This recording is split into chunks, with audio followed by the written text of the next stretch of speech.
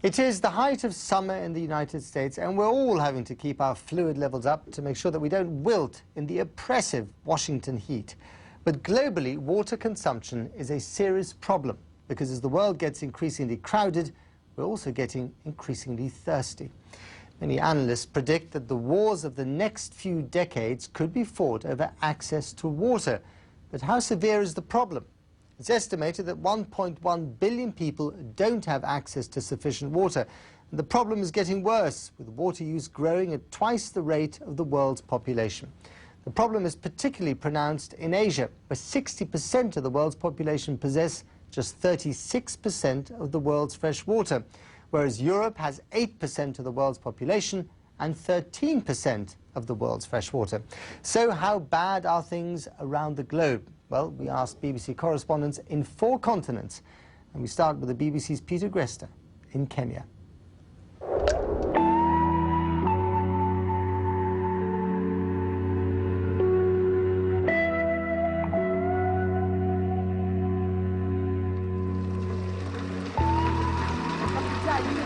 Of all the continents, Africa is the one facing the greatest challenges over water. A UN report predicts that in 25 years, more than half of this continent's population will be living in countries suffering from what's known as water stress. Kenya is one of them. Despite the predictions, there have been relatively few international conflicts over water, at least so far, but it's at this local level that violence often erupts. This waterhole a couple of hours west of Nairobi is a pretty good example of just how thinly stretched the resources have become and why communal tension is often a result. To the north of the country, about 50 people are killed in fighting over water and grazing each year, and Darfur too is fundamentally a war over this increasingly precious resource.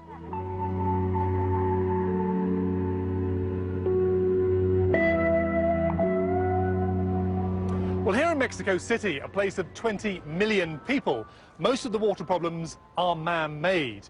And that's ironic, considering the whole place is built on lakeland. Let me give you an idea of what's happening. Take a look at this building. It used to be at this street level, but watch what's happened.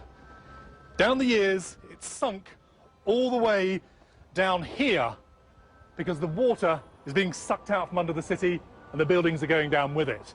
In fact, over the past 100 years or so, Mexico City has gone down by about 9 meters, which is a faster rate than Venice itself.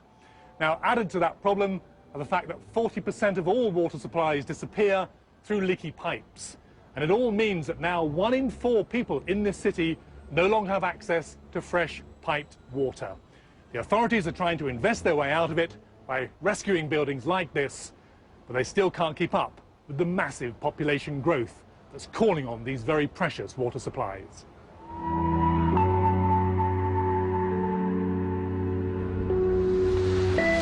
Sydney may be by the water, but like every other major city in Australia, it suffers from a shortage of it. This is the world's driest continent. Right now it's in the grip of its worst drought in 100 years. They call it the Big Dry. Providing drinking water for the cities is the priority, but that's put a great deal of pressure on the country's major river system, the Murray-Darling Basin, which irrigates Australia's food bowl. Its lower lakes in South Australia face an ecological disaster because of the lack of rainfall. Things then are likely to get worse.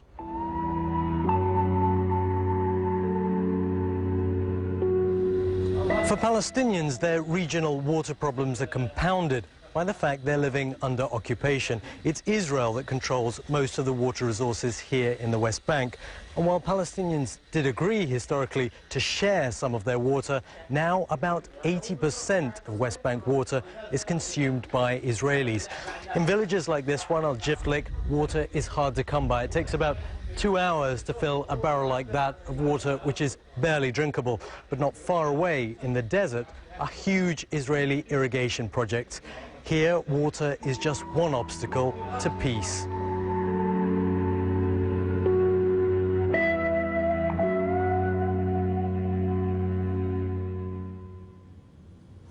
Ali Maqbool there in the West Bank. So can anything be done to stem the growing shortages? That was just one of the questions I posed to Professor Jeffrey Sachs.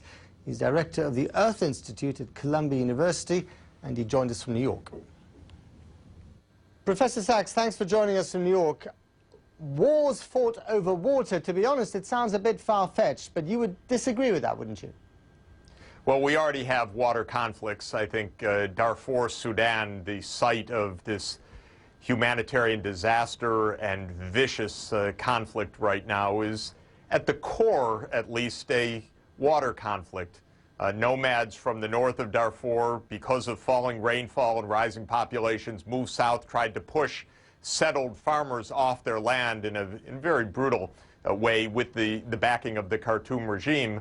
But at the core was water. And we see this kind of water conflict in the drylands, whether it's in Darfur or Somalia, battles in the Ogaden Desert, and stretching up, I believe, into Pakistan and Afghanistan, places we call geopolitical crises.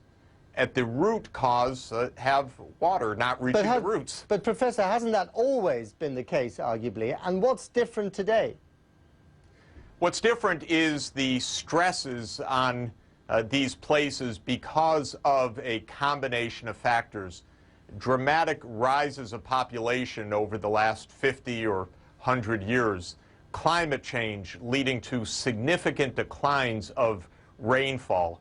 A groundwater depletion where wells have gone in and the groundwater has been overpumped faster than these groundwater aquifers can be recharged. There are so many factors weighing heavily on fragile parts of the world, and not just fragile parts of the world, but places of high income as well, the American Southwest or the Murray-Darling Basin in Australia.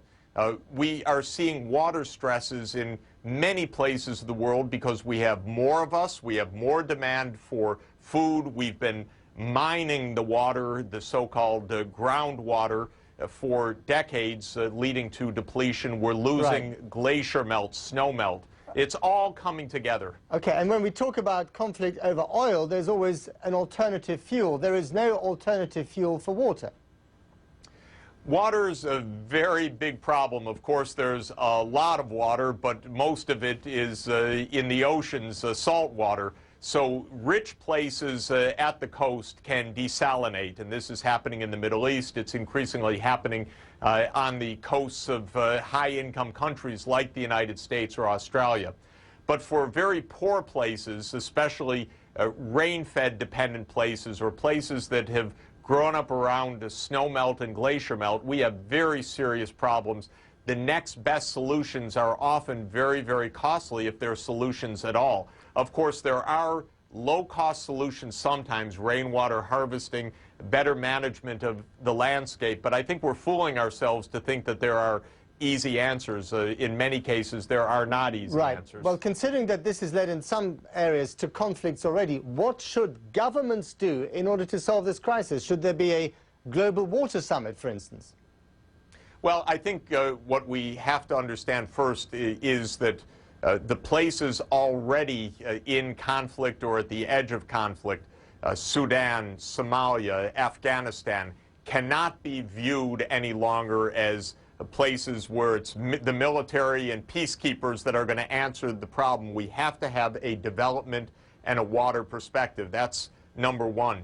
Second, we have to be honest about places like Gaza. In the Israel-Palestine crisis, there's no solution without a water solution as well. So we're a little bit dishonest or naive in how we talk about these crises. We think that the military or geopolitics is going to solve it, but at the end we need hydrologists, we need engineers, we need agronomists with the systems approach. I wouldn't go straight to an international conference because those don't necessarily lead to solutions.